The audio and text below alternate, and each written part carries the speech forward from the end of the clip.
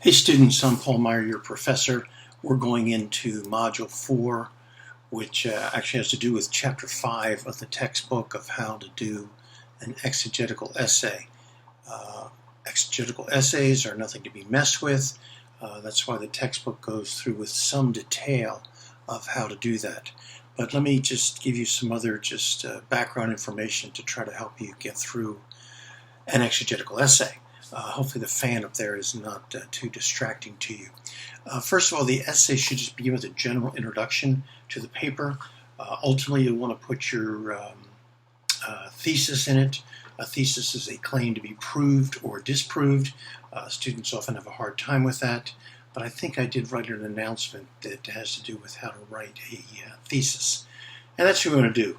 You might not want to immediately write it out because you might not have any idea what sort of thesis you want to have, but ultimately you want to include that in your introduction. And then you want to go into the historical background of the Book of Mark, just relatively briefly.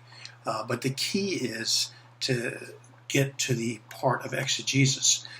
As you look at the textbook, you'll see that there's a list of the typical questions that you need to answer for any scholarly paper, the who, what, where, when, how sorts of questions.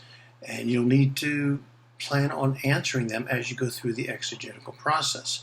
The exegetical process will always include some, at least brief comments on the translation, a brief demonstration that you've looked more deeply into a particular word, a word study, but that can be very brief. But what I want you to do is to make sure that you go through each of the exegetical steps that are presented in the textbook, like I said, in Chapter 5.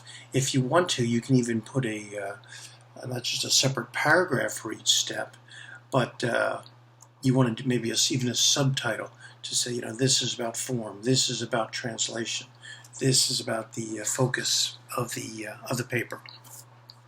So that's the plan. Feel free to ask questions about this. You need to provide yourself with a significant amount of time to do an exegetical paper, and so plan on doing that.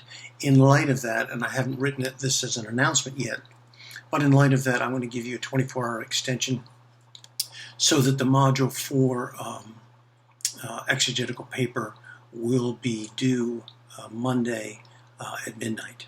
So hang in there.